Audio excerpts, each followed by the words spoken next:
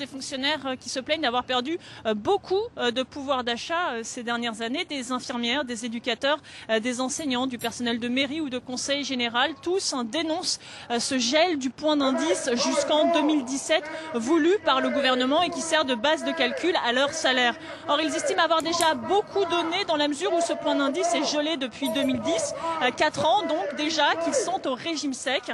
Mais pour le gouvernement, une augmentation de ce point d'indice, ne serait-ce que d'1%, coûterait jusqu'à 2 milliards d'euros. Les fonctionnaires doivent donc, selon le gouvernement, participer de l'effort national.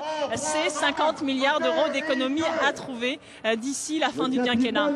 Voilà, des fonctionnaires qui donnent de la voix, on les entend derrière vous, Karina.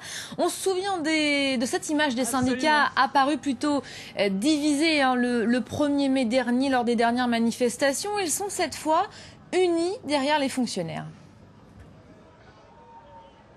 Absolument, des syndicats divisés sur le pacte de responsabilité, mais unis contre l'austérité et unis pour défendre les salaires et l'emploi des fonctionnaires. En tête de cortège, les deux leaders syndicaux de la CGT, Thierry Lepan et Laurent Berger de la CFDT, se réjouissaient un petit peu plus tôt de cette unité sous ce beau soleil qui tranche avec le temps pluvieux du 1er mai. Ils voulaient y voir tous les deux le signe de la réussite de la mobilisation d'aujourd'hui. Je vous propose de les écouter.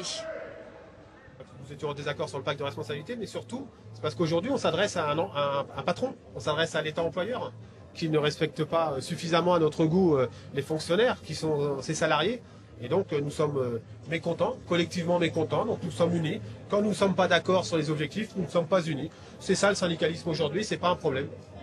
Nous savons qu'une des conditions pour réussir les grandes mobilisations, c'est l'union des syndicats. C'est ce à quoi je travaille depuis plusieurs mois maintenant. Nous sommes en train d'y arriver, je m'en réjouis. Je pense que quand les salariés voient que les syndicats sont unis, quand ils voient que les revendications sont claires, qu'on ne demande que leur intervention, on peut être entendu, la preuve aujourd'hui.